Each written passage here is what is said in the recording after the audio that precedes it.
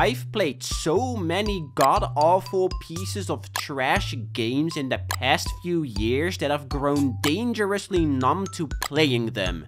And I think it's starting to get a little worrying. But there have always been 3 titles in particular that have hit me on a very personal level. So I decided, yeah, I fully completed all of them. From top to bottom, every hook, every cranny, every little achievement obtained. Why did I do this? Well, probably because I'm an unstable human being that is craving some semblance of a happy life.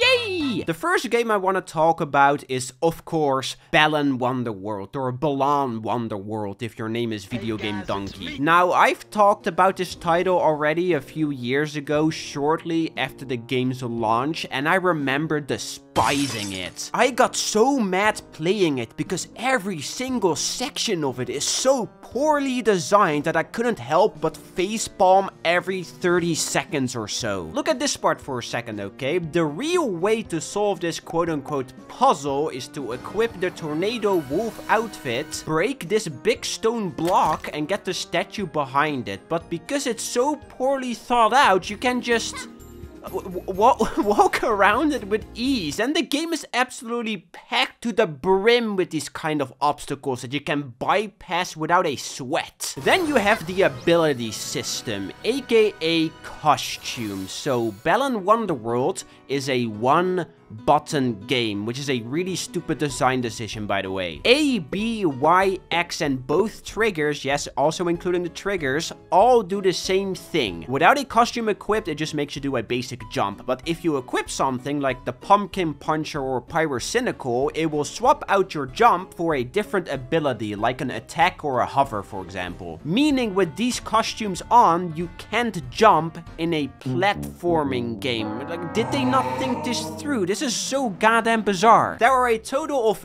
80 of these costumes that you can divide into 4 categories. You'd think that each one of them would have a very niche use, which some of them do, but most of them are pretty pointless, like Elastaplant. This costume extends you up a bit so you can pick up collectibles. The thing is though, you can just jump.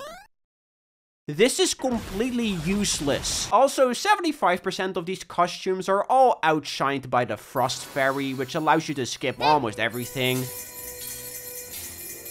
Like, come on, man. I don't think the game is all bad, though. There are definitely a few rays of sunshine you can appreciate through the cracks of doo-doo. The cutscenes, for example, look pretty good, but they're also made by a different studio, so doesn't really count. The concepts for the worlds and costumes are cute, it has some good music, balanced design kinda rocks, and I vibe with it a lot. Please appreciate my balanced team trading card collection. They clearly had an idea, but the execution of it is just so piss poor and awful. The way everything is modeled and looks inside of the Unreal Engine is just ugly. This is a really ugly game. Geometry clips through the floor, textures are blurry and look like puke, the motion capture is just bad. The models look horrendous, especially when your protagonist is wearing a costume, and all of it just looks cheap. If there is one redeeming quality of ḥᵉલેᵖ Wonderworld though, it is the dancing sequences after every boss fight, which are so comical and out of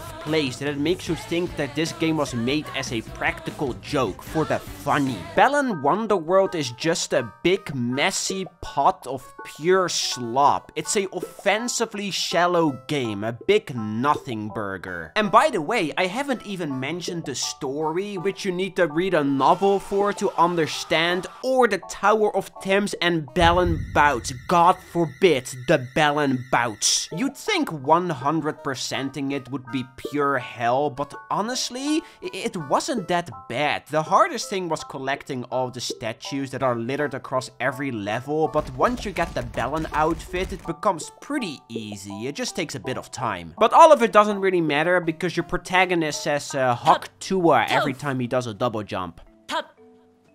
You know, maybe this game is secretly good, but not as good as our second game, a real staple of the Foco YouTube channel, Hello Neighbor. What an experience this is. So this is a game I've showed my distaste for quite often, and I've lost count of the amount of times I've dunked on it. Everything the entire franchise stands for annoys me in some way, shape or form. But out of all the games, which there are quite a few of these games, the original still stands at the top as one of the most incompetently created video games of all time. It is a mess. Just like Balan Wonderworld, I've talked about Hello Neighbor before, almost 6 years ago to be exact, and during that time a lot of other creators have made videos about it, dissecting it. Wicked Wiz, Pestra, Danerate, Sheep Rampage, Sagan Hawks, even MatPat did a final hooray before retirement. Meaning I was hating on Hello Neighbor before it was cool to hate on Hello Neighbor. I'm basically a pioneer. So you might be asking, why do people, including me, dislike Hello Neighbor this much? Well, to answer that, we need to start at the basics. This is a first-person puzzle horror game. It's not really scary though, so calling it a horror game is being very generous. The main concept of it is that the neighbor has something hiding in his basement, and you have to try to get into it by solving puzzles in and around the house so you can get the right tools to get in. But there is a catch. The whole time you are trying to do this, the neighbor is trying to catch you, patrolling the house and setting up traps, turning it into this cat and mouse type of game. On paper, this is not a bad idea and is honestly kinda cool, but the execution of it here is laughable. There is a hard cutoff point at the start of Act 3 where Hello Neighbor starts to make absolutely zero sense. It turns the entire game into this big maze with dozens of dead ends, and it's way too confusing for its own good. Act 1 is doable. Act 2 gets a little harder, but with enough willpower I can definitely see little Timmy push through with a bit of sweat. But once you arrive at Act 3, the game does a 180 and flips you off. It becomes so messy that more people have beaten the game by using glitches compared to doing it legit. That is not a joke, okay? To get the red key in Act 3, you're supposed to use the toy gun, which only about 10% of people have gotten, but about 15% of people have beaten the game, meaning about 5% of them did this glitch or a big cheese to skip parts of the game, which is embarrassing. The entire experience desperately needs some sort of hint system or a notebook, something to help you keep things in line, something that helps you spot clues, but because the game doesn't have this, you end up running around and getting mad. It's not fun. And I haven't even mentioned how glitchy it is, because I feel like it's a horse that has already been beaten to a pulp. The game is held together with cheap tape and breaks/crashes every 5 minutes. And on top of all of that, like, it's also just ugly and the story is confusing. How did this become a big hit, man? I blame Markiplier. Fully completing it though is honestly a cakewalk compared to the other two games in this video. None of the achievements really stick out as quote-unquote hard. One of them is just waiting for 2 hours, but I already talked about it in this video, so yeah. Overall, this is not a good game and I do not recommend. Also, 30 bucks? Are you okay? And by that being said, we arrive at the final game and the main reason why I wanted to make this video. Dead Rising 4. This game, man. Oh, it just makes me sad. In case you don't know, Dead Rising is one of my favorite franchises of all time. I made a whole review on the first game a couple of years ago and why I think it's still super underappreciated. But the second one is also really good, mainly because you can play it with a friend and just bully them to death. This is great! The third one, on the other hand, is still fun, but it started to take the series into the wrong direction, and by the fourth, it basically killed it by turning it into a Ubisoft slop open world filled with collectibles that do nothing but tick up a number.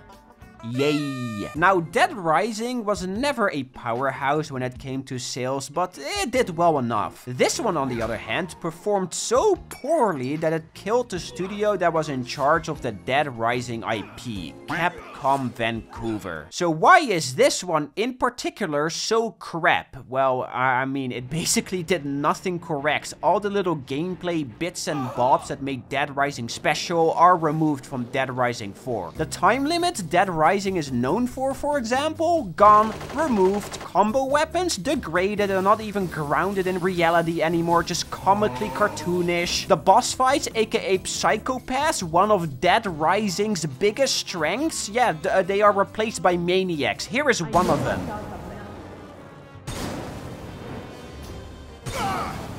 I mean, like, did they even try? Campaign co-op is replaced by a multiplayer mode that is pure dog water. The main protagonist, Frank West, is nothing like Frank West and looks, acts, and sounds like a completely different character. Survivors are removed, side missions are removed, the leveling system is garbage, the inventory system is stupid, and mixed drinks are removed because of it. Everything. Literally every aspect that made Dead Rising special is just crucified here, and the new things they added are weak as hell. For example, they added a mini-golf mode to this game because of a unfunny running joke, and the mini-golf mode is awful. It sucks so much ass. What does this have to do with Dead Rising? It's so random. The only thing that is somewhat fun about this game is dressing up like a stupid idiot and slaying hordes upon hordes of zombies. But it still does it the worst out of the entire series because of how brain dead it is. Yes, Dead Rising is a franchise known for dozens upon dozens of zombies, but I've talked about this in my review of the first game. They were an obstacle you had to maneuver around. If you wanted to kill zombies, you could do that, but it was never the main attraction. Dead Rising 4 thinks it's the main attraction, and because of that, it trips over every single other aspect that made Dead Rising special. Also, for some reason, the game takes place during the Christmas period, so playing it 11 months out of the year just feels really jarring. I don't want to see Christmas decorations and hear Christmas music everywhere in April. Come on, man. There is so much wrong with this title, and I could easily go on and on and on and on, but all that it really comes down to is Dead Rising 4 is an awful Dead Rising game. It has none of the charm, none of the series staple mechanics, and none of the spice. And on top of all of that, it's also super glitchy and again, visually ugly. The art direction of this game makes me want to puke. 100%ing it is also agonizing. It took me 90 hours to do everything. 90 is insane. But out of the 3 games I've talked about in this video, this is the only one that has a happy ending because Dead Rising is back in the form of a remake of the first game. It comes out in 3 days. Please don't mess it up, Capcom. But, yeah, I've done it. My 3 least favorite games of all time, all 100% complete. I am a troubled individual. What the hell is wrong with me? Over the years, I've definitely had differing thoughts on which one of these I think is the worst. But after playing them all in a row and fully completing them, I would rank them like this. Which means, yes, Hello Neighbor is my least favorite game of all time. Yeah, this was a stupid idea for a video, but I'm missing like 15 million brain cells, so it all fits into place. Hope you guys enjoyed this social experiment. Please subscribe. Thank you. Bye-bye.